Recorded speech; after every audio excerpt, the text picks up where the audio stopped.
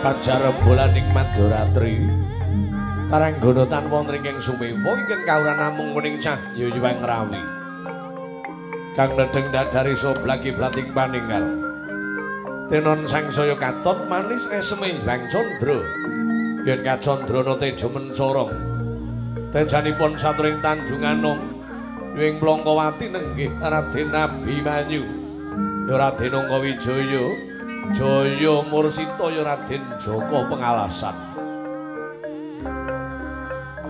Bagus warane pinter panggretane dasar karangga ing busana. Nalika semono kampir wonten ing pedukuhan Karang Gumenggeng. Semene wonten ing mastani pedukuhan Klambi Sireng. Semene wonten ing mastani pedukuhan Karang Tumaritis. Pedukuhanipun Kula Semar Badranaya ya Kinaya Antaka. Ki Boga Ganti Dandang Asmara Santa ya kitu Ki Budha Manang Munung. Jeneng Semar menungso kang wis datang samar mring gebyaring kadunyan. Mengku teges yen to Kula Semar menika sampun datang andar bini melok milik gendong lali. Jeneng Badranaya Badra araning rembulan Nayulat. Yen pinuju bombong penggalihe mencorong kaya rembulan tanggal 15. Nayantaka Nayulat toko mati pinuju peteng penggalihe pindhane kaya jalma kang wis sirna saking keparenging pribadi. Boga Gati boga araning dahar. Gati lintang arep ndar lintang sedina kaping 7 tan wonten ngaru biru yekti panjalmane Sang Bangismaya. Sapute kapuk mripat brebes pindhane tuk bergagak bergogok kaya tenggok moblong-moblong kaya genthong. Nalika semono mengkeraken Ki Lurah Nalagaring ya Cakrawong sing karang karendetan. Mengkeraken Ki Lurah Canubawur semene wonten ing ngarani Ki Lurah Bagong. Yen cara Sunda menika kacepot. Swanipun Ki Lurah Canubawur mengkeraken Kula Petruk kanthong bolong mangkon alun situr rengganing kababaring lesan.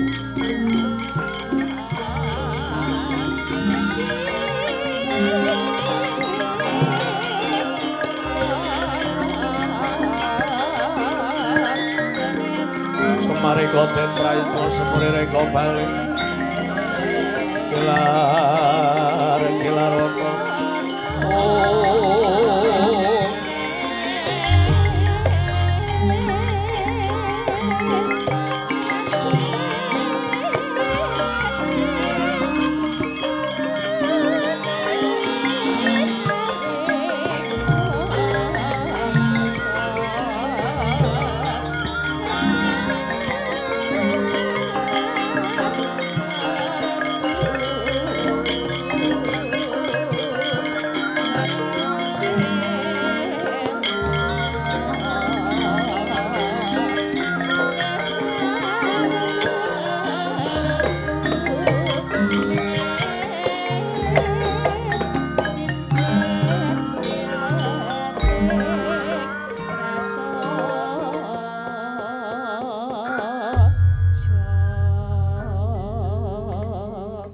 ana kidung kang rumangsa ing wengi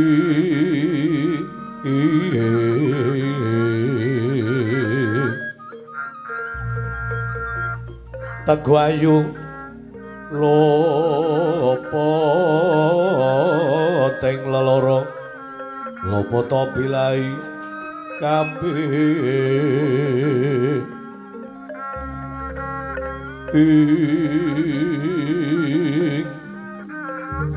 Jim setan datan pur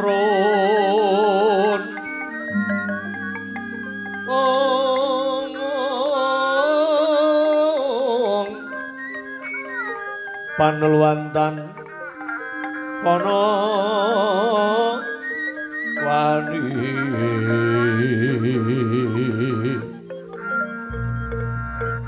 miwa panggawe ala gunane wong luput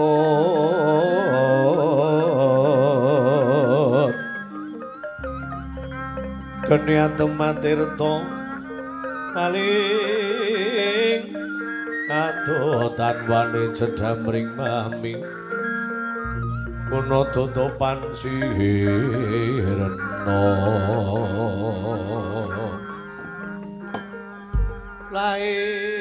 lai-layan begegek ugek-ugek sadulita mel-mel Ndara kepareng rawuh sampun sawetawis Den pareng kula ngaturaken pambagya panakrami katur kanjuk Ndara Abimanyu Semar tatumpa suka pambagya marang bendaramu liwat pangestune bendaramu Tampanana Semar nggih kula tampi kapundi wonten ing kuncung saengga dadosaken cah ya nur cah ya nggih Den mangkono Semar iya kula panalawi garing ngaturaken sungkem pangabekti katur rawuhipun Ndara Abimanyu Ndara tatampa liwat pangestune bendaramu Maradagi Tampanana Nala Garing nggih kula tampi kula pundi saengga dadosaken kawilujengan Ndara ayo Kang Bawor ngaturna bekti Kang Gula Bawor ngaturaken pangabekti katur ndarane nggih tatampa liwat pangestu kuwe Tampanana nggih kula tampi kula pundi kula bundel dadosaken kawilujengan niku genteman wetong ngaturna bekti tong ingkang abdi kula pitruk kantong bolong keparengung ngaturaken pangabekti katur rawuhipun Ndara Abimanyu saking Plongkowati Den tatampa pitruk pangestune bendaramu Maradagi Tampanana Yatra nggih dat kapundi sing dadosaken radaging kayuwanan kula Den mangkono pitruk iya kita Gunung Boyo tau kok ndamar sasi janur gunung ndika niku rawuh wonten ing rompok kula mboten paring cecala niku enten napa Den Uruhanana Semar Kanjeng Rama Rajunawa Werkudara Paman Kembar lan Prabu Puntadewa katemben mesu budi banting raga ing pamrih murih leluhur pendha bisa tinampa nang kasuwargan nanging ngamarta katemben ana ontran-ontran pikulun Yama Dimati Dewa Panjabut nyawa tumedhak ing Mercapada sumedya nyendhal mayang marang para Pandhawa malah saiki para pepundhen padha swaning kayangan la kula niki ndarbeni kapitadosan Den pilih ingkang Rama Ndara Janaka niku satriya ingkang asring tarak brata tur meneh wong becik mesti ketitik wong ala mesti ketara sapa laku cidra niku wahyune sirna yen Bathara Guru kok nuding dhateng Pandhawa luput anggure bakal nun marang purbane Kang Kawasa niku cetha Bathara Guru saweg boten enget purwa madusana ning kula niki pun pitados napa malih kok dipun jlomporongaken pejahipun awit pati uriping menungsa niku enten sing kagungan gedhongana kuncenana titi mangsane mati masa wurunga tamanana pusaka landhep arep cemplungna kawah Candradimuka bilih ingkang Rama menika dereng titi wansinipun kondur wonten alaming kasedan mangke rak boten kirang jalaran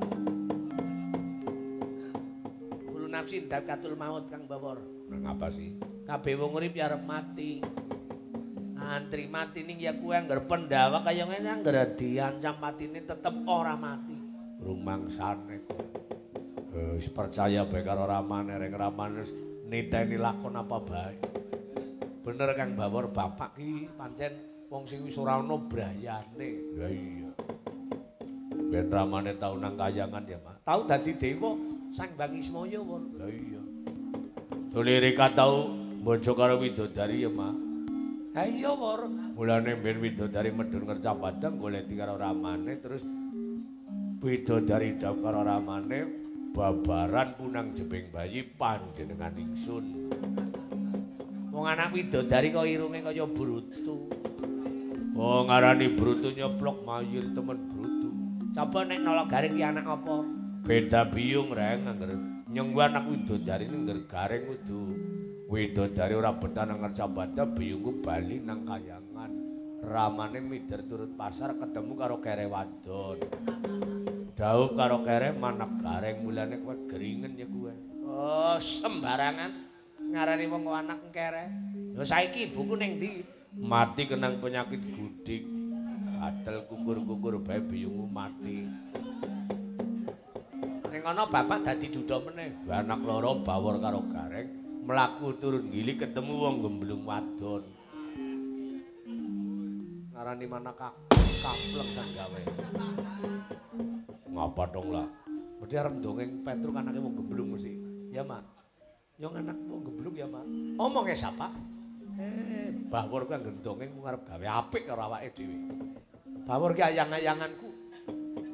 Nala garing ki biyen saka Karang-Karendetan jaman ana lakon Suling Kencana. Petruk ki titipane Gandarwa Raja tinggal Siluman jaman aku dadi ratu ana Gunung Tidar.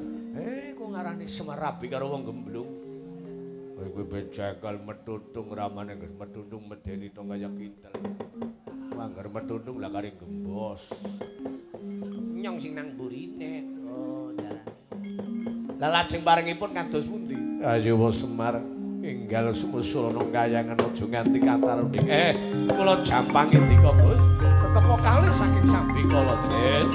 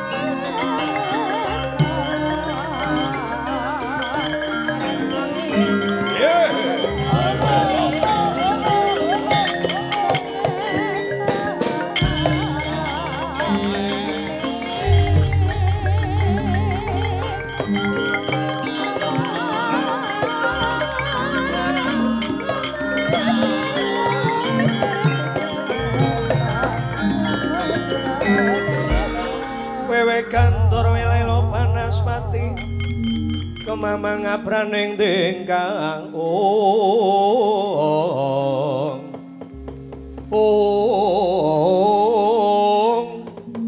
kaya malas padha mabur swaraning keblek pating jenggelek Jim setan ngadang dalan.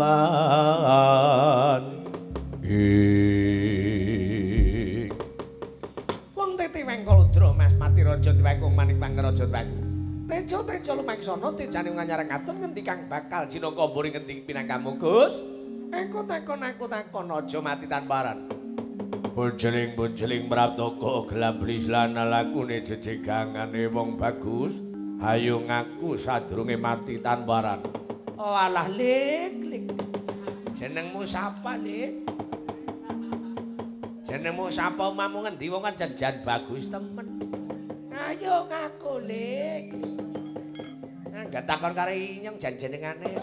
Mengko angger kono takon ya semaur lik.